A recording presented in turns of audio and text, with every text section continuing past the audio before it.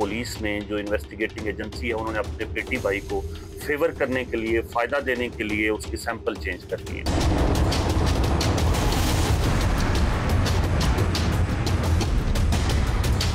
अभी हम अपने नुमाइंदा खसूसी कसूर वसीम अकरम भट्टी के पास लेकर चलते हैं, जो इस वक्त मौजूद हैं मुलजिम रफ़ीक के वकील के साथ। उनका क्या कहना है, जानिए।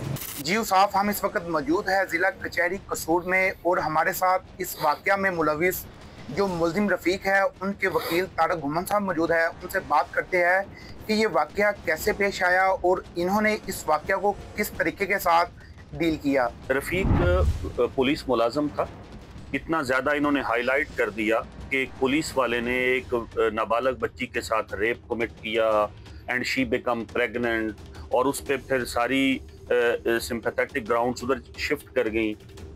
उसको हाईलाइट हुआ, जो डीपीओ कसूर दैन डीपीओ कसूर थे उन्होंने उसे डिसमिस कर दिया फ्रॉम सर्विस।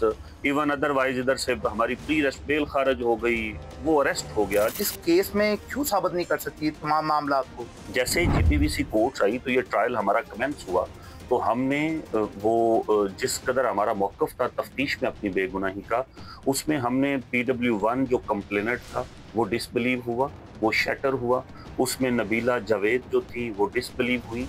इवन डॉक्टर ने मेडिकल एविडेंस रिकॉर्ड करवाते हुए उन्होंने कहा कि सेक्सुअल असॉल्ट की और इवन बायोलॉजिकल फादर होने की कोई एविडेंस मौजूद नहीं है। और वो दोनों PFSA की जो रिपोर्ट्स हैं रिगार्डिंग पैटर्निटी और रिगार्डिंग रेप, दोनों नेगेटिव आई। मुद्दई पार्टी जो है उसकी जानिब से ये इल्ज़ाम है कि PFA में जो है वो DNA चेंज कराया गया है। पुलिस ने जो इन्वेस्टिगेटिंग एजेंसी है उन्होंने अपने बेटी भाई को फेवर करने के लिए, फ़ायदा देने के लिए उसके सैंपल चेंज कर दिए।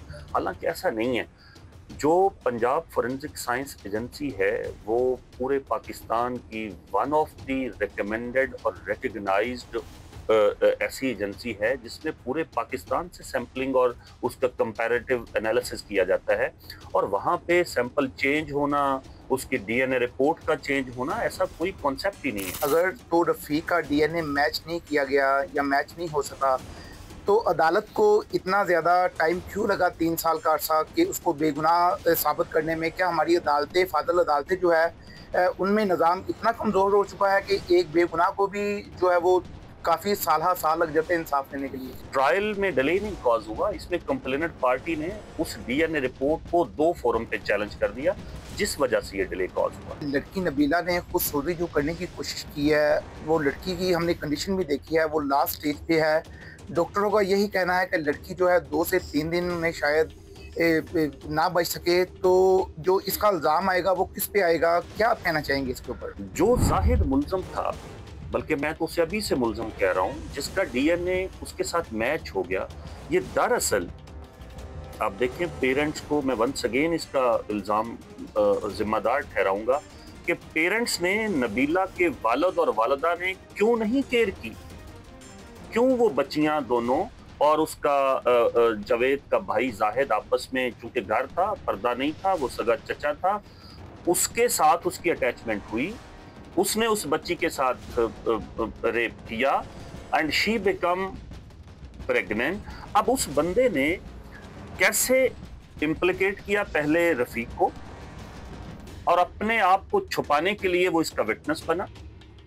इवन मैं आपको बताऊं, जब मैं क्रॉस एग्जामिन कर रहा था तो during cross examination I categorically put the question regarding Zahid कि वो नबीला जावेद को लेके आ रहा है कोर्ट प्रेमिसेस में और फिर लेके जा रहा है, और फिर इवन एविडेंस में भी। और लेटर ऑन जब मैंने ये सवालात किए तो उसके बाप मुद्दई जावेद ने उसको प्रोहिबिट कर दिया कि तूने साथ नहीं आना। लेकिन जब ये एक्विट हुआ तो उसको ये डर था कि ये किसी ना किसी तरह मेरे गिरद घेरा तंग ना हो जाए। उस बंदे ने ये इधर से एक्विटल होके वो बच्ची को लेके गांव चले जाते हैं, फिर गांव से ये वापस आते हैं। एज पर माई इंफॉर्मेशन, गांव से वापस आके इसी जाहिद ने उसको प्रवोक किया है कि इस तरह हम तवज्जो हासिल कर लेंगे। या जैसे कसूर का जो ज़ैनब केस के बाद बहुत सारा मिसयूज भी तो हो रहा है रेप केसेस का। बहुत सारे जो हनी ट्रैप्स ग्रुप्स बने हुए हैं, वो लोगों को उलझाते हैं और वो उलझा के उनसे मनी एक्सट्रैक्ट करवाते हैं। मेरे नज़र में ये भी उसी तरह की एक नाकाम कोशिश थी जिसका जिम्मेदार है जाहिद।